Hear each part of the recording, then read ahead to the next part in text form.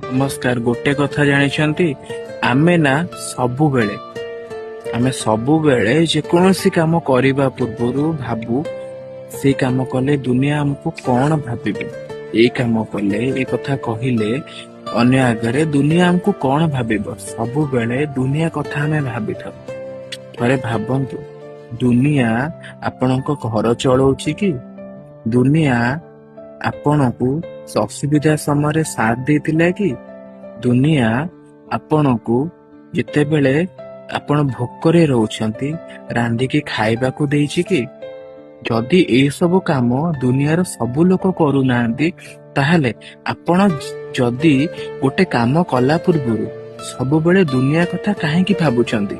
ଥରେ ଭାବନ୍ତୁ, ଯୋଉ ଲୋକ ଆପଣଙ୍କ ଅସୁବିଧା ସମୟରେ ସାଥ ଦେଇଥିଲା, ଯୋଉ ଲୋକ ଆପଣ ଭୋକରେ ଥିବା ବେଳେ ଟିଫିନରୁ ଖାଇବା କାଢିକି ଦେଇଥିଲା, ଯୋଉ ଲୋକ ଆପଣଙ୍କ ପକେଟରେ ପଇସା ନଥିଲା ବେଳେ ଆପଣଙ୍କୁ ପଇସା ଦେଇଥିଲା, ଆପଣଙ୍କୁ ସାହାଯ୍ୟ କରିଥିଲା, ଆପଣଙ୍କ ହସ୍ପିଟାଲ ବେଡରେ ଆପଣ ପଡିଲା ବେଳେ ଯୋଉ ଲୋକ ଆପଣଙ୍କ ସାଙ୍ଗରେ ଠିଆ ହେଇଥିଲା, ସେଇ ଲୋକମାନେ କଣ ଭାବିବେ? ସେଇ ଲୋକ ଆପଣଙ୍କ କଥା, ଆପଣଙ୍କ କାମରେ କଣ ତାଙ୍କୁ ଇମ୍ପାକ୍ଟ ପକଉଛି ସେଇଟା ଭାବନ୍ତୁ।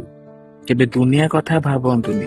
ଦୁନିଆ ତ ରାମ ଆଉ କୃଷ୍ଣଙ୍କୁ ବି ଦୋଷୀ ସାବ୍ୟସ୍ତ କରିଦେଇଥିଲା, ତାହେଲେ ଆପଣଙ୍କୁ ସେ କୋଉ ଦୃଷ୍ଟିରେ ଦେଖିବ? ଥରେ ଭାବନ୍ତୁ। ରାଧେ।